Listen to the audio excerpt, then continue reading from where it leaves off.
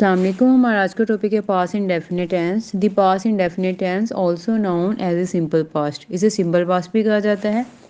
Is used, ये इस्तेमाल होता है टू डिस्क्राइब, बयान करने के लिए कंप्लीटेड एक्शन, मुकम्मल शुदा एक्शंस, काम इन दी पास्ट, माजी में, यानी कि माजी में मुकम्मल हुए कामों को बयान करने के लिए इस्तेमाल होता है।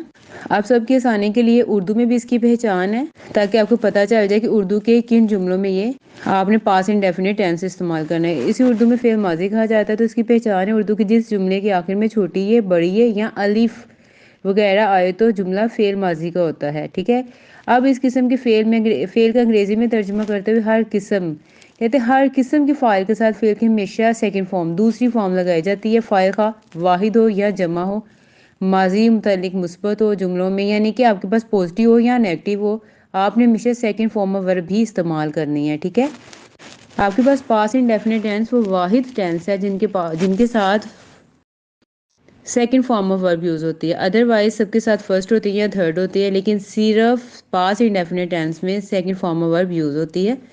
बनाने का तरीका देख लें इसका। मैंने फॉर्मूला लगा दिया। सब्जेक्ट आएगा plus verb, second form of verb आएगा प्लस ऑब्जेक्ट आएगा। ठीक है। ये सीक्वेंस हमेशा ऐसे ही होती है, सब्जेक्ट वर्ब और ऑब्जेक्ट ही आता है। ठीक है।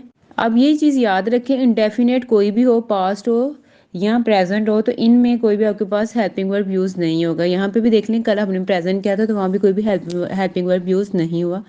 यहाँ भी कोई हेल्पिंग वर्ब यूज़ नहीं होगा। एग्जाम्पल्स देखिए, आई टुक टी, मैंने चाय पी। अब ये देखिए छोटी ही आ गया ना, तो इसका मतलब ये पी, ये आपके पास पास इंडेफिनिट में आ गया। ठीक है। आई रोट अ लेटर, मैंने खत लिखा, लास्ट में अलिफ है। ठीक है। You solved the sum, police police disperse the mob, dispersed होता है मुंतशिर कर देना, मोब होता है हजूम, हजूम को मुंतशिर, पुलिस ने हजूम को मुंतशिर कर दिया। We went to river yesterday, कल हम दरिया पर गए। अब ये देखिए सबको पता चल रहा है ये पास इंडेफिनिट के हैं। अगर हम इनको मनफी बनाएंगे, नेगेटिव बनाएंगे, तो हमारे पास सब्जेक्ट आएगा, फिर डिड नोट आ जाएगा, लेकिन फर्स्ट फॉर्म ऑफ वर्ब लगाएगी। ये मैंने उर्दू में इसलिए लिखा है ताकि आपको पता चले, अगर डू की सेकंड फॉर्म है डिड, अगर हम नेगेटिव बनाएंगे ना तो डिड आ जाएगा, डू की सेकंड फॉर्म डिड, यहाँ पे डिड लगेगा, अदरवाइज और किसी में डिड नहीं लगता। जब प्रेजेंट इंडेफिनिट में डिड लगेगा, और जब ये डिड लग जाता है ना, तो फिर आपके पास वर्ब की फर्स्ट फॉर्म आएगी। ठीक है। क्योंकि डिड ऑलरेडी आपके सेंटेंस में यूज हो चुका है, इसलिए अब यहाँ पे डिड नोट आ जाएगा। ठीक है। सब्जेक्ट आएगा, फिर आपके पास डिड नोट आ जाएगा वर्ब के साथ, वर्ब की सेकंड फॉर्म, और लास्ट में ऑब्जेक्ट आ जाएगा। जैसे Hafeez did not help, Hafeez ने मदद नहीं की। इसी तरह दूसरे सेंटेंस आप खुद देख लें। अब इसकी फॉर्मेशन देखते हैं, ये कैसे बनता है, इंग्लिश में देखते हैं। पहले हमने उर्दू में देखा है। For regular verbs add ED, जैसे वॉक्ड, प्लेड, यानी कि अगर आपको रेगुलर वर्ब होंगे, कल आपको मैंने व्हाट्सएप चैनल पे रेगुलर और इरेगुलर वर्ब्स दिए थे ताकि आपको क्लियर हो जाए। यहाँ पे सिर्फ आपको बताऊंगी जिनके लास्ट में ईडी लग जाता है वो रेगुलर होते हैं, और जिनके लास्ट में ईडी नहीं लगता तो वो इरेगुलर होते हैं। जैसे गो की सेकंड फॉर्म वेंट है। ठीक है। और टेक की सेकंड फॉर्म टुक है। ठीक है। इस तरह ये इरेगुलर होते हैं। अब ये इसी तरह बनते हैं, यहाँ तो ईडी लास्ट में आ जाता है और यहाँ सेकंड फॉर्म आ जाती है। एग्जांपल्स देखें, आई वॉक टू स्कूल, ये हमारे पास रेगुलर है। She went to the store, ये इरेगुलर है। इसके यूजेस देख लें, कहाँ कहाँ इस्तेमाल होता है।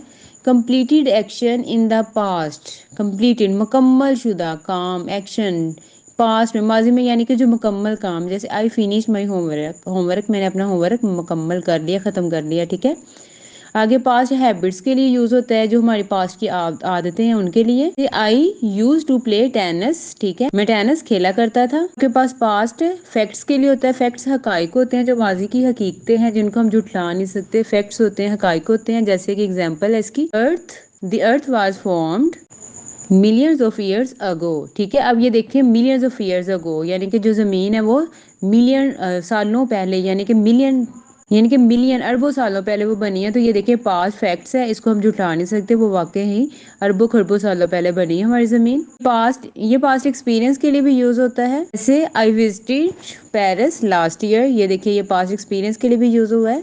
ये हमने इसके यूजेस कर लिए हैं, ये कहाँ कहाँ इस्तेमाल होता है, या आपने क्लियर कर लेना, कोशिश करें नोट्स बनाएं या आप नोट कर लें।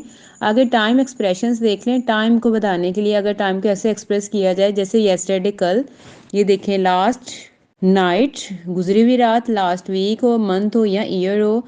यह हमारे पास अगो आए, अगो का मतलब भी पहले होता है, जैसे ईयर्स अगो सालों पहले। अगर हमारे पास आ जाए इन 1990, 2001, एटसेट्रा। ठीक है, अगर इस तरह हमारे पास टाइम एक्सप्रेशंस आ जाए तो हम पास्ट इंडेफिनिट टेंस यूज़ करेंगे, यानी कि जब हमारे पास ये एक्सप्रेशंस हो तो हम पास्ट इंडेफिनिट टेंस यूज़ करेंगे। अगर सिंगल वर्ड्स देख लें, अगर आपको करेक्शन आ जाए ना तो आपको पता ना हो कि आपने कैसे करना है। अगर आपके पास सिग्नल का मतलब आपको अलामत बताने के लिए कि अगर आपके पास सेंटेंस में already just, never, ever, once आ जाता है तो आपने हमेशा पास्ट इंडेफिनिट टेंस ही यूज़ करना है।